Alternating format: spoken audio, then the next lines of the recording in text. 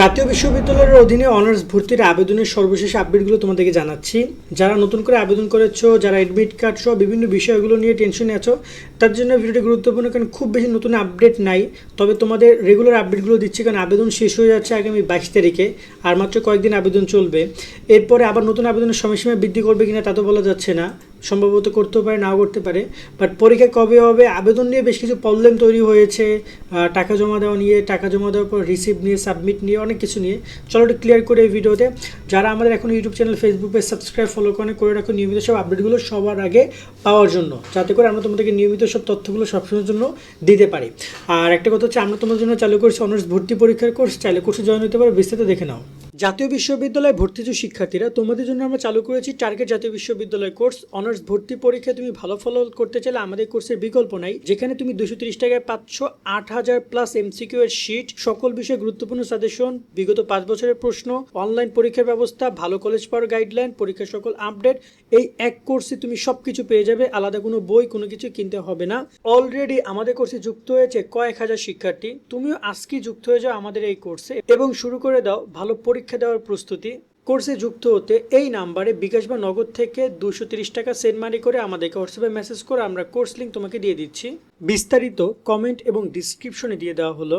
আশা করি তুমি বিস্তারিত দেখেছো। আমাদের কোর্স অলরেডি যুক্ত হয়েছে প্রায় 6-7 উপর স্টুডেন্ট। সো তোমরা জয়েন হয়ে যাও ইনশাল্লাহ। সকল দায়িত্ব আমরা নিচ্ছি, তোমাদের এমসিকিউগুলো শিটগুলো কালেক্ট করে পড়ালেখা করবা। তাছাড়া সেই শিটের উপর আমরা অনলাইন এক্সামও নিচ্ছি আগামী 18 তারিখ থেকে, এবং ভর্তি পরীক্ষার আগ পর্যন্ত অনেকগুলো এক্সাম নেওয়া হবে, 20-25টা এক্সাম পর্যন্ত নেওয়া হবে। সো আমাদের সাথে কানেক্টেড হয়ে যাও। গ্রুপে যুক্ত হলে সাথে সাথে এক্সাম রুটিন পেয়ে যাবা, টাইম অনুযায়ী লিঙ্কে প্রবেশ করে পরীক্ষাগুলো দিবা। এছাড়াও তোমাদের ভর্তি পরীক্ষা পর্যন্ত যত আপডেট গাইডলাইন আছে সেগুলো আমরা প্রোভাইড করব। এবার আসি তোমাদের হচ্ছে যে এইখানে গুরুত্বপূর্ণ কিছু আপডেট নিয়ে। প্রথমত অনেক শিক্ষার্থী আমাদেরকে একটা প্রশ্ন করছিল যে ভাইয়া, আমরা এখানে আবেদন করলে 7 কলেজে আবেদন করতে পারবো কিনা, আমরা হচ্ছে যে প্রফেশনাল আবেদন করতে পারবো কিনা বা ভর্তি হতে পারবো কিনা। আমি একদম সিম্পল কথা বলি, জাতীয় বিশ্ববিদ্যালয় আর 7 কলেজ দুইটা আলাদা আলাদা। সো আবেদন করতে পারবা, ভর্তি হতে পারবে, সেটা তোমাদের ব্যাপার। এখানে কোনো প্রকার বাধা নিষেধ নাই যে এখানে আবেদন করলে ওইখানে ভর্তি হতে পারবা না, এমন কোনো কিছুই না। আরেকটা বিষয় নিয়ে অনেক শিক্ষার্থী প্রশ্ন করেছো যে মেসেজের ক্ষেত্রে টাকা জমা দিয়েছো, এখনও কোনো রিসিভ মেসেজ আসে নাই, অনলাইনেও রিসিভ আসতেছে না। সেক্ষেত্রে আমি তোমাদেরকে একদম খুব ভালো করে সচেতন করতে চাই। আগামী 2 তারিখ পর্যন্ত এই আবেদনের সময়সীমা, 22 তারিখ পর্যন্ত সময়সীমা আছে, আর 23 তারিখ পর্যন্ত কলেজ থেকে নিশ্চয়ন করার সময়সীমা আছে।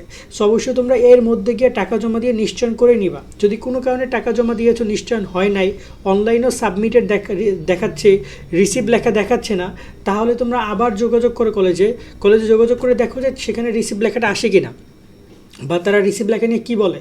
নর্মালি টাকা জমা দিলে অনলাইনে রিসিভ, SMS সবার আসে না, বাট অনলাইনে রিসিভ সবার দেখাবে। অনলাইনে কীভাবে রিসিভ লেখাটা দেখবে যদি না জানো, তাহলে রিটার্নে আমাদের ভিডিও আছে, সেটা দেখে নিও তোমরা।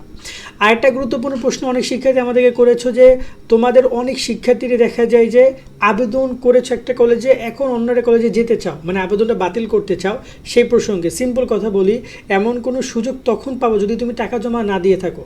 যদি তুমি অলরেডি 1000 টাকা জমা দাও এবং রিসিভ লেখা আসে, তাহলে আর আবেদন পরিবর্তন করা যাবে না।